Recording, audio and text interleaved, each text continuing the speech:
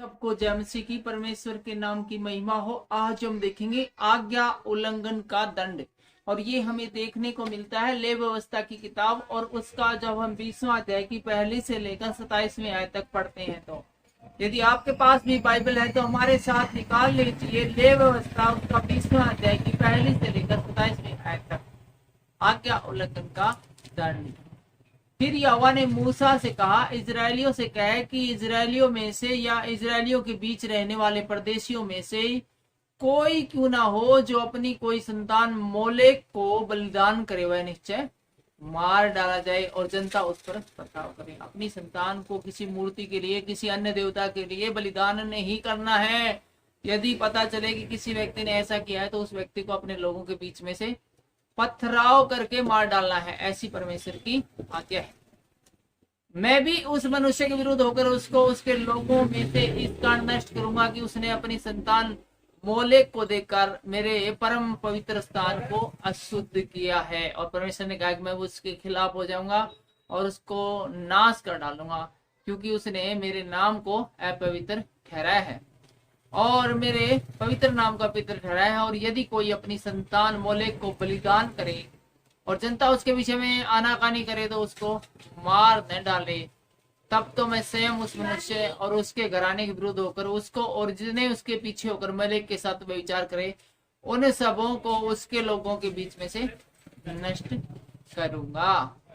फिर जो प्राणी ओझाओं या भूत साधने वालों को की ओर फिर कर और उसके पीछे होकर व्यभिचारी बने, तो मैं उस प्राणी के विरुद्ध होकर उसको उनके लोगों के बीच में से नष्ट करूंगा। और आगे परमेश्वर कहते हैं कि ओझा भूत सिद्धि वाले और तांत्रिक लोगों के पीछे नहीं होना है। यदि तुम ऐसे करोगे तो मैं ऐसा करने वालों के विरुद्ध होकर उनको तहस नहस कर डालूंगा।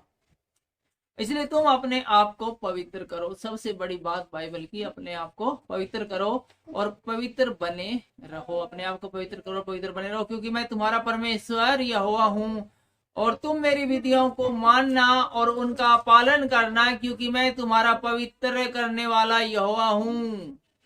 कोई क्यों न हो जो अपने पिता या माता को श्राप दे, वह निश्चय मार डाला जाए। उसने अपने पिता या माता को श्राप दिया, इस कारण उसका खून उसी के सिर पर पड़ेगा। अपने माता और पिता को श्राप नहीं देना है, चाहे वो कितने भी अच्छे न हो। जो ऐसा करेगा उसको अपने लोगों के बीच में से मार डालना चाहिए। 10वीं आयत हमें इस प्रकार से आगे बताती है, फिर यदि कोई पराई स्त्री के साथ व्यभिचार करे, तो जिसने किसी दूसरे की स्त्री के साथ व्यभिचार किया हो तो वह व्यभिचारी और व्यभिचारिणी दोनों मार डाले जाएं। यदि कोई अपनी सौतेली माता के साथ सोए, वह अपने पिता ही के तन उगाड़ने वाला ठहरेगा, इसलिए वे दोनों निश्चय मार डाले। उनका खून उन्हीं के सिर के ऊपर पड़ेगा।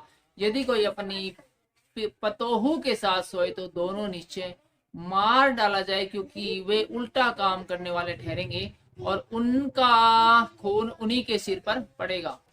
और 13वीं आयत इस विषय में हमें आगे बताते हैं, यदि कोई जिस रीति स्त्री से उसी रीति से पुरुष से प्रसंग करे तो वे दोनों प्राणी घिनौना काम करने वाले ठहरेंगे, इस कारण वे निश्चय मार डाले जाए, उनका खून उन्हीं के सिर के ऊपर पड़ेगा। यदि कोई अपनी पत्नी और अपनी सास दोनों को रखे तो यह महापाप है। पत्नी के साथ में सास को मत रखिए गलत काम करने के लिए, क्योंकि परमेश्वर की दृष्टि में ये महापाप है। इसलिए वह पुरुष और वे स्त्रियां तीनों के तीनों आग में जलाए जाएं, जिससे तुम्हारे बीच महापाप न हो। तो ऐसे पुरुष को जो अपनी सास से भी अवैध संबंध बनाता है, तो उन तीनों को ही आग में जला दिया जाए। फिर यदि कोई पुरुष पुरुषगामी हो तो पुरुष और पशु दोनों निश्चय मार डाला जाए। और यदि कोई स्त्री पशु के पास जाकर उसके संग कुकर्म करे तो तू उस स्त्री और पशु दोनों को घात करना, वे निश्चय मार डाले जाएं, उनका खून उन्हीं के सिर के ऊपर पड़ेगा। और 17वीं आयत हमें आगे बताती है, यदि कोई अपनी बहन का, चाहे उसकी सगी बहन हो चाहे सौतेली, उसका तन नंगन तन देखे और उसकी बहन भी उसका नंगन तन देखे, तो निश्चय यह निंदित बात है। वे दोनों अपने जाति भाइयों की आंख के सामने नष्ट किए जाएं, क्योंकि जो अपनी बहन का तन उगाड़ने वाला ठहरेगा उसे अपने अधर्म का भार स्वयं उठाना पड़ेगा। और फिर यदि कोई पुरुष किसी ऋतुमती स्त्री के संग सोकर उसका तन उगाड़े, तो वह पुरुष उसके रुधिर के सोते का उगाड़ने वाला ठहरेगा और वह स्त्री अपने रुधिर के सोते को उगाड़ने वाली ठहरेगी। इस कारण में दोनों अपने लोगों के बीच में से नष्ट की जाएं। अपनी मौसी या फूफी का तन न उगाड़ना, क्योंकि जो उसे उगाड़े वह अपनी निकट कुटुंबनी को नंगा करता है। इसलिए उन दोनों को अपने अधर्म का भार उठाना पड़ेगा। यदि कोई अपनी चाची के संग सोए तो वह अपने चाचा का तन उगाड़ने वाला ठहरेगा। इसलिए वे दोनों अपने पाप का भार उठाए हुए निर्वंश मर जाएंगे।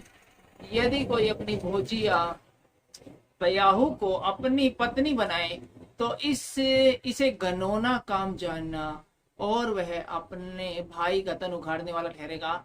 इस कारण वे दोनों निर्वंश रहेंगे।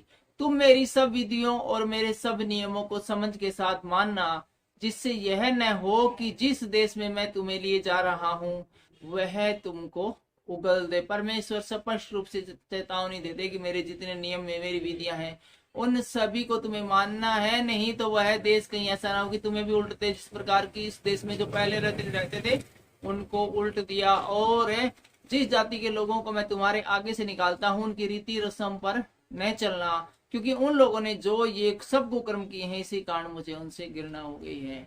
और परमेश्वर बताते हैं कि जो कनान देश में तुम्हें देने जा रहा हूँ वहां के निवासियों को मैंने इसलिए निकाल दिया, इसलिए उनको तितर बितर कर दिया, क्योंकि वे भी कुकर्मी हो गए थे। तुम उनकी तरह कुकर्मी नहीं होना। और पर मैं तुम लोगों से कहता हूँ कि तुम तो उनकी भूमि के अधिकारी होंगे और मैं इस देश को जिसमें दूध और मधु की धाराएं बहती है तुम्हारे अधिकार में कर दूंगा। मैं तुम्हारा परमेश्वर यहोवा हूँ जिसने तुमको अन्य देशों के लोगों से अलग किया है। याद रखे, परमेश्वर ने अन्य देश के लोगों से हमें अलग किया है। इस कारण तुम शुद्ध और अशुद्ध पशुओं में, शुद्ध और अशुद्ध पक्षियों में भेद करना, और कोई पशु या पक्षी या किसी प्रकार का भूमि पर रेंगने वाला जीव जंतु क्यों ना हो जिसको मैंने तुम्हारे लिए अशुद्ध ठहराया है, वर्जित किया है, उससे अपने आप को अशुद्ध न करना। तुम मेरे लिए पवित्र बने रहना, क्योंकि मैं यहोवा स्वयं पवित्र हूँ। और मैंने तुमको तुम्हारे देश के लोगों से इसलिए अलग किया है कि तुम निरंतर मेरे ही बने रहो। यदि कोई पुरुष या स्त्री ओझाई अथवा भूत की साधना करे तो वह निश्चय मार डाला जाए, ऐसों पर पथराव किया जाए, उसका खून उन्हीं के सिर के ऊपर पड़ेगा। आज का ये वीडियो देखने के लिए धन्यवाद। परमेश्वर आपको आशीष दे, बरकत दे। सबको जय मसीह।